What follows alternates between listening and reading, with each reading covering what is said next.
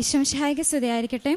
ആദ്യം തന്നെ എന്നെ എൻ്റെ കുടുംബത്തെയും പ്രത്യക്ഷീകരണത്തിന് സാക്ഷിയാക്കി മാറ്റിയ അമ്മ മാതാവിനും തിരുക്കുമാരനും 1000 നന്ദി. എൻ്റെ പേര് സജ്ന. ഞാൻ വരുന്നത് വടക്കേക്കര സെൻറ്റ് മേരീസ് ഇടവക ദേവാലയത്തിൽ നിന്നാണ്.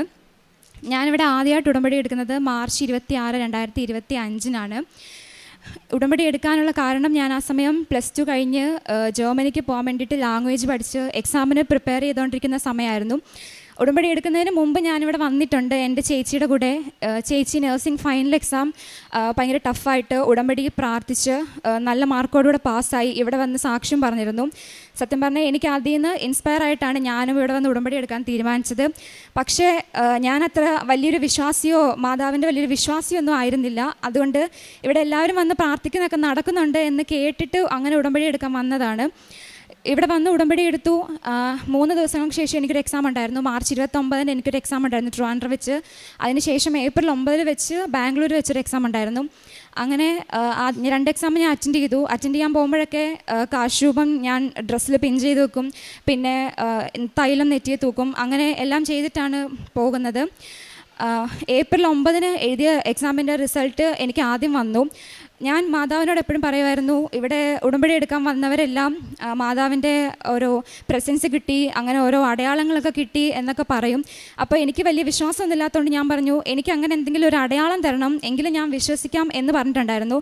ഏപ്രിൽ 9 ഞാൻ എക്സാമിന് വേണ്ടി ബാംഗ്ലൂർക്ക് പോകുന്ന അന്ന് രാത്രി മാതാവിന് എനിക്ക് സ്വപ്നത്തിൽ പ്രത്യക്ഷപ്പെട്ടു. ഞാനും മാതാവും എൻ്റെ വീടിൻ്റെ ആ ഒരു പരിസരത്ത് നിൽക്കുന്നതായിട്ടായിരുന്നു ഞാൻ സ്വപ്നം കണ്ടേ. അപ്പോൾ എനിക്ക് എന്തായാലും വിശ്വാസമായി, ഞാൻ എക്സാം പാസ്സാവും, എന്താണെങ്കിലും ഞാൻ പാസ്സാവും. അപ്പോൾ 1 വീക്ക് കഴിഞ്ഞപ്പോഴത്തേക്കും റിസൾട്ട് വന്നു, ഞാൻ ആ എക്സാം പാസ്സായി. പക്ഷേ അതിന് മുമ്പ് മാർച്ച് 29 ഞാൻ എഴുതിയ എക്സാം ഞാൻ പാസ്സായില്ല. ഒന്നാമത് എനിക്ക് വിശ്വാസം ഇല്ലാത്തത് കൊണ്ട് അപ്പം തന്നെ എൻ്റെ വിശ്വാസം പകുതി കുറഞ്ഞു. ഇപ്പം നേരത്തെ എക്സാം എഴുതിയത് അത് എനിക്കറിയാവുന്നത് കൊണ്ട്, അല്ലെങ്കിൽ എൻ്റെ മെറിറ്റ് കൊണ്ട് ഞാൻ പാസ്സായതായിരിക്കാം എന്നൊരു തോന്നലേക്ക് അപ്പം തന്നെ ഞാൻ പോയി, എനിക്ക് വലിയ വിശ്വാസം ഇല്ലാഞ്ഞുകൊണ്ട്. പക്ഷേ എന്നാലും ഇതൊന്ന് ട്രൈ ചെയ്ത് നോക്കാം, എന്തിനാ വിശ്വാസം ഇല്ലാതെ ജീവിക്കുന്നത് എന്നൊക്കെ വിചാരിച്ച് ഞാൻ വിശ്വസിക്കാൻ പ്രാർത്ഥിക്കാനൊക്കെ തന്നെ തീരുമാനിച്ചു. അങ്ങനെ ജൂൺ പിന്നെ ഓഗസ്റ്റ് ഈ 2 മാസവും ഞാൻ 2 മൊഡ്യൂൾ എക്സാം എഴുതി. പക്ഷേ ഈ 2 എണ്ണവും ഞാൻ പാസ്സായില്ല. ഞാൻ പ്രാർത്ഥിച്ച് ഒരുങ്ങി തൈലമൊക്കെ ഉപയോഗിച്ച് കാശൂപൊക്കെ കൊണ്ട് തന്നെയാണ് പോയത്. പക്ഷേ ഇത് 2 ഞാൻ പാസ്സായില്ല. അപ്പം ഞാൻ എൻ്റെ ഭൗതികമായ ആവശ്യങ്ങൾ കുറച്ച് സൈഡിലേക്ക് മാറ്റി വെച്ചിട്ട് ഉടമ്പടിയിൽ കോൺസെൻട്രേറ്റ് ചെയ്യാൻ തീരുമാനിച്ചപ്പോഴാണ് എനിക്ക് മനസ്സിലായത്, എൻ്റെ ഉടമ്പടി വർക്കൗട്ട് ആകാത്തതല്ല, വർക്കൗട്ട് ആകുന്നുണ്ട്. എൻ്റെ ആത്മീയമായ ജീവിതം ഒരുപാട് ഇമ്പ്രൂവ് ആയി. ഞാൻ എൻ്റെ പേഴ്സണൽ ആവശ്യങ്ങളല്ല ഉടമ്പടിയിൽ നോക്കേണ്ടത്, മറിച്ച് കുർബാനയ്ക്ക് പോകാൻ 1 വർഷത്തോളം ഞാൻ കുർബാനയ്ക്ക് പോയിട്ട് പോലും ഇല്ല, എനിക്കങ്ങനെ വിശ്വാസമില്ലാത്ത കാരണം. പക്ഷേ പ്രാർത്ഥിക്കാൻ തുടങ്ങി. അങ്ങനെ എൻ്റെ ആത്മീയമായ ഒരുപാട് ഞാൻ വളർന്നു, എൻ്റെ വിശ്വാസക്കുറവൊക്കെ മാറി. അതിനുശേഷം ഞാൻ തീരുമാനിച്ചു, ചിലപ്പോൾ ഇതായിരിക്കില്ല എനിക്ക് പറഞ്ഞിട്ടുള്ളത്, വേറെ ആയിരിക്കാം. അങ്ങനെ ഞാൻ വേറെ ഒരു ലെവൽ എഴുതാൻ വേണ്ടിയിട്ട് എന്തോ ആരോ എനിക്ക് തോന്നിക്കുന്ന പോലെ എനിക്ക് തോന്നി. അപ്പോൾ ഞാൻ അതൊന്ന് ട്രൈ ചെയ്ത് നോക്കാം വിചാരിച്ചു. ഞാൻ 4 മൊഡ്യൂൾ വീണ്ടും പോയി വേറെ ലെവൽ എഴുതി നോക്കി. അന്ന് എക്സാമിൻ്റെ അന്നായിരുന്നു എൻ്റെ അമ്മയുടെ അച്ഛൻ മരിച്ചു. അപ്പോൾ അമ്മയ്ക്ക് എൻ്റെ കൂടെ എക്സാം എഴുതാൻ എൻ്റെ കൂടെ വരാൻ പറ്റിയില്ല. അപ്പോൾ ഞാൻ പറഞ്ഞു, അമ്മയ്ക്ക് വരാൻ പറ്റില്ല, അപ്പം മാതാവ് എൻ്റെ കൂടെ വരണം. അങ്ങനെ ഞാൻ ആ എക്സാം എഴുതാൻ പോയി. എൻ്റെ യാത്രയിൽ ഫുള്ള് മാതാവ് കൂടെ ഉണ്ടായിരുന്നു. ആ 4 മൊഡ്യൂളും ഞാൻ പാസ്സായി. അതിനുശേഷം ഞാൻ വിസയ്ക്ക് അപ്പോയിൻമെൻ്റ് എടുത്തു. ഫെബ്രുവരിയിലായിരുന്നു അപ്പോയിൻമെൻ്റ് എടുത്തത്. പക്ഷേ 1 മാസത്തോളം സമയം ഉണ്ടായിരുന്നു. പ്രോസസ്സിംഗ് ഒക്കെ നടന്നുകൊണ്ടിരിക്കുന്നു. പക്ഷേ എനിക്ക് ഇൻ്റർവ്യൂ ഒന്നും കിട്ടുന്നില്ല. ഇൻ്റർവ്യൂ നടത്തി കോൺട്രാക്റ്റ് കിട്ടിയെങ്കിൽ മാത്രമേ അപ്പോയിൻമെൻറ്റിന് പോയിട്ട് കാര്യമുള്ളൂ, അല്ലെങ്കിൽ അങ്ങോട്ട് പോകാൻ പറ്റത്തില്ല. 3 ദിവസം മാത്രം ബാക്കി നിൽക്കെ സമയച്ചുരുക്കത്തിൻ്റെ മാതാവ് ഇടപെട്ട് എനിക്ക് ഇൻ്റർവ്യൂ നടത്തി. ആദ്യത്തെ ഇൻ്റർവ്യൂ തന്നെ എനിക്ക് പാസ്സായി. ഒരു കുഴപ്പമില്ലാതെ എനിക്ക് കോൺട്രാക്റ്റ് കിട്ടി. എല്ലാം ഓക്കെ ആയി. അതിനുശേഷം ബാംഗ്ലൂരായിരുന്നു അപ്പോയിൻമെൻറ്റിന് പോയി.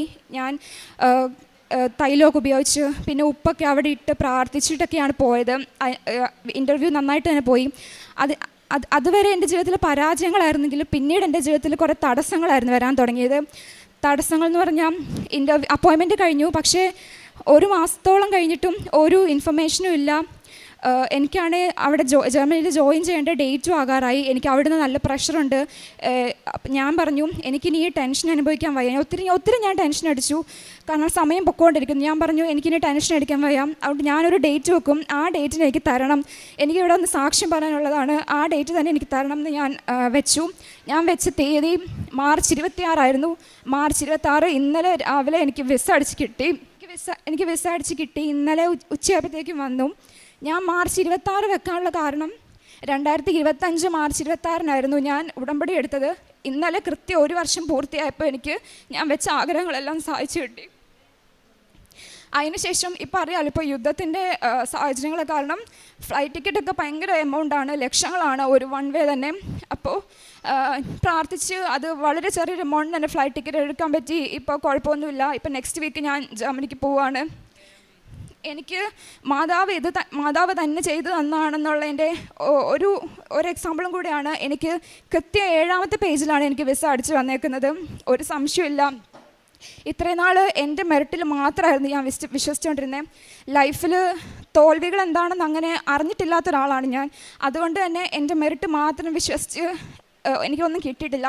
മാതാവിൽ വിശ്വസിക്കാൻ തുടങ്ങി അന്ന് മാസങ്ങൾക്കുള്ളിൽ തന്നെ എൻ്റെ വിസ അടിച്ച് ഇപ്പോൾ എനിക്ക് കിട്ടി. ഇത്രയും അനുഗ്രഹങ്ങൾ തന്ന മാതാവിനും തിരുക്കുമാരനും 1000 നന്ദി. പിന്നെ പ്രേക്ഷിത പ്രവർത്തനമായിട്ട് ഞാൻ പറ്റാവുന്ന മാസങ്ങളിലൊക്കെ ഇവിടെ വരികയും പത്രം വീടുകളിലൊക്കെ കയറി പ്രാർത്ഥിച്ച് കൊടുക്കുകയും ഒക്കെ ചെയ്യാറുണ്ട്. പിന്നെ ഡെയിലി ബ്രെഡൊക്കെ കാണും, പറ്റുമ്പോഴൊക്കെ ഷെയർ ചെയ്യും. പിന്നെ കാരുണ്യപ്രവൃത്തികളായിട്ട് ഒരുപാട് കാരുണ്യപ്രവൃത്തികൾ ചെയ്യാൻ എനിക്ക് പറ്റിയിട്ടില്ല. എൻ്റെ ഫാമിലി ഒക്കെ ആയിട്ട് ഫിനാൻഷ്യലി പറ്റുന്ന പോലെയൊക്കെ ചിലരെയൊക്കെ സഹായിക്കും. പിന്നെ പൊതിച്ചോറൊക്കെ കൊടുക്കും. പിന്നെ എൻ്റെ സിസ്റ്റർ അങ്ങനെ ഹെൽപ്പ് ചെയ്തിട്ടൊക്കെ ഉണ്ട്. പിന്നെ ആത്മീയമായ വളർച്ചയാണ് എനിക്ക് ഇവിടെ ഏറ്റവും കൂടുതൽ പറയാനുള്ളത്. വീട്ടിൽ അമ്മ വഴക്ക് പറയും, അല്ലെങ്കിൽ ചേട്ടൻ വഴക്ക് പറയും പള്ളിയിൽ പോകാത്തതുകൊണ്ട് എന്ന് പേടിച്ച് മാത്രം പള്ളിയിൽ പോയിക്കൊണ്ടിരുന്ന ഞാൻ ഇപ്പോൾ ഞായറാഴ്ച എന്ന് പറഞ്ഞാൽ പള്ളിയിൽ പോവും. ഞായറാഴ്ച എന്ന് പറഞ്ഞാൽ കുർബാനയുടെ ദിവസമായിട്ട് ഇപ്പോൾ ആഘോഷിക്കും. അങ്ങനെ ഒരുപാട് ആത്മീയമായിട്ട് വളരാൻ പറ്റി. കുടുംബ പ്രാർത്ഥനയിൽ സജീവമായിട്ട് പങ്കെടുക്കുന്നു. എല്ലാ അനുഗ്രഹങ്ങൾക്കും മാതാവിനും തിരുക്കുമാരനും 1000 നന്ദി. വിദൂരത്തിൽ നിന്ന് കർത്താവ് അവന് പ്രത്യക്ഷനായി അരുൾ ചെയ്തു, എനിക്ക് നിന്നോടുള്ള സ്നേഹം അനന്തമാണ്, നിന്നോടുള്ള വിശ്വസ്തത അചഞ്ചലവും. ജെറമ്യാ പ്രവാചകൻ്റെ പുസ്തകം 31-ാം അധ്യായം 3-ാം വചനമാണ്. സ്വന്തം മെറിറ്റിൽ വിശ്വസിച്ചു. Yes, I can do it, I have the merit എന്ന് വിശ്വസിച്ചു. പിന്നീടാണ് ഈ മകൾ ഒരു വേറെ രീതിയിൽ ഉടമ്പടി ജീവിതം നയിച്ചതിൽ പിന്നെ ഉടമ്പടി എടുത്തല്ലോ, ഞാൻ എന്തെങ്കിലും അപാകതയുണ്ടോ എൻ്റെ ആത്മീയ ജീവിതത്തിലെന്ന് പിന്നീട് ഒരു പുനഃപരിശോധന എടുത്തതിന് ശേഷം ഉടമ്പടി ജീവിതത്തിൽ കൂടുതൽ തീക്ഷ്ണമായിട്ട് ജീവിക്കുവാനായിട്ടുള്ള ആഗ്രഹത്തോടെ ഈ മകൾ വീണ്ടും ആത്മീയ ജീവിതത്തിലേക്കാണ് പിന്നീട് മുൻപോട്ട് പോകുന്നത്. 4 മൊഡ്യൂൾ എഴുതിയപ്പോഴും ഫെയിലിയറും സക്സസ്സും എല്ലാം ഒന്നിച്ചൊരു മിക്സ്ഡ് ഫീലിംഗ് ആയിരുന്നു. പിന്നീട് ആത്മീയ ജീവിതത്തിൽ കൂടുതൽ കോൺസെൻട്രേറ്റ് ചെയ്തപ്പോഴാണ് ദൈവം ഒരു പുതിയ വഴി തുറന്നു കൊടുത്തത്, വേറൊരു ലെവലിൽ നോക്കാമെന്ന് പറയുന്നത്. അങ്ങനെയാണ് ഈ മകൾ വേറെ കാറ്റഗറിയിലേക്കുള്ള എക്സാമിന് വേണ്ടി റെഡി ആവുകയും ആ എക്സാമിന് പോകുന്ന ദിവസം എപ്പോഴും സ്വന്തം അമ്മയുടെ കൂടെയാണ് പരീക്ഷയ്ക്ക് പോകാറുള്ളത്. പക്ഷേങ്കിൽ ആ പരീക്ഷയുടെ ദിവസം അമ്മയുടെ അച്ഛൻ മരിച്ചു പോയതിന് കാരണം അതുകൊണ്ട് അമ്മയ്ക്ക് പോകാൻ പറ്റിയില്ല. പരിശുദ്ധ അമ്മ കൃപാസനം അമ്മയോട് കൂടിക്കൊണ്ടാണ് ഈ മകൾ പരീക്ഷയ്ക്ക് പോയത്. 4 മൊഡ്യൂൾ കിട്ടാതിരുന്ന, പ്രീവിയസ് എക്സാമിന് കിട്ടാതിരുന്ന ഈ മകൾക്ക് അന്നത്തെ ആ 4 മൊഡ്യൂളും പെട്ടെന്ന് കിട്ടുകയായിരുന്നു. അത് പരിശുദ്ധ അമ്മയുടെ ഒരു വലിയ ഇടപെടലാണ്. Not by merit but by grace. ആത്മീയ ജീവിതത്തിൽ കൂടുതൽ പ്രാധാന്യം കൊടുത്തപ്പോൾ മറ്റു കാര്യങ്ങളെല്ലാം വിട്ടുകൊടുത്ത് ഈശോയ്ക്ക് അമ്മയുടെ കരങ്ങളിലേക്ക് വിട്ടുകൊടുത്ത് ആത്മീയ ജീവിതത്തിലേക്ക് കൂടുതൽ പ്രാധാന്യം കൊടുത്തപ്പോൾ ഈശോയും അമ്മയും സെൻറ്ററായപ്പോഴാണ് ഈ മകളുടെ ജീവിതത്തിൽ അവർക്ക് ഇടപെടാനായിട്ടുള്ള ഒരു സാഹചര്യം ഒരുക്കി കൊടുത്തത്. അങ്ങനെയാണ് ഈ മകൾ പാസ്സായത്. പിന്നീടുള്ള വിസ അപ്പോയിൻമെൻ്റ് ആയിട്ടാണ് വിസയുടെ ഡീറ്റെയിൽസാണ് നമ്മൾ ഷെയർ ചെയ്തത്. 3 ദിവസം ബാക്കിയിരിക്കുകയാണ് സമയ ചുരുക്കത്തിൻ്റെ അമ്മ അവിടെയും ഇടപെട്ട് ടൈം ഷോർട്ടനിങ് അമ്മയാണ് കോൺട്രാക്റ്റ് പെട്ടെന്ന് കിട്ടുകയും ചെയ്തു. അതും സമയ ചുരുക്കത്തിൻ്റെ അമ്മയോട് പ്രാർത്ഥിച്ചപ്പോൾ ആ അമ്മ കേൾക്കാതിരിക്കുമോ പ്രാർത്ഥന. പിന്നീടാണ് ഡേറ്റ് ഇട്ട് വീണ്ടും ടിക്കറ്റിന് വേണ്ടിയിട്ടുള്ള ശ്രമമായിരുന്നു. അത് മാർച്ച് 25-ാം തീയതിയാണ് ഉടമ്പടി എടുത്ത ദിവസം. ഉടമ്പടി എടുത്തതിൻ്റെ പിറ്റേ ദിവസമാണ് ഈ മാർച്ച് 26 ഡേറ്റ് ഇട്ട് പ്രാർത്ഥിച്ചത്. മാർച്ച് 26-ന് മുമ്പ് തന്നെ ഈ മകൾക്ക് ജർമ്മനിക്കുള്ള ടിക്കറ്റ് കിട്ടുകയും വിസ 7ാമത്തെ പേജിൽ സീൽ ചെയ്ത് കിട്ടുകയുമാണ് ചെയ്തത്, അടിച്ചു കിട്ടുകയാണ് ചെയ്തത്. 7ാമത്തെ പേജ് എന്ന് പറയുന്നത് അമ്മയുടെ ഒരു ദിവസമാണ്. ഡിസംബർ 7 അമ്മ പ്രത്യക്ഷപ്പെട്ട ദിവസം. അതുകൊണ്ടാണ് ഈ മകൾ പറഞ്ഞത് അമ്മയുടെ ഗിഫ്റ്റാണിത്, അമ്മ തന്ന ഒരു ഗിഫ്റ്റായിട്ട് തന്നെ ഇന്ന് പരിശുദ്ധ അമ്മയുടെ സന്നിധിയിൽ പ്രത്യക്ഷീകരണത്തിൻ്റെ സാക്ഷിയായിട്ടാണ് സജീന ഫ്രാൻസിസ് ഇന്ന് പരിശുദ്ധ അമ്മയുടെ നന്ദി പറഞ്ഞിട്ട് വേണം ജർമ്മനിക്ക് പോകുവാനായിട്ട്.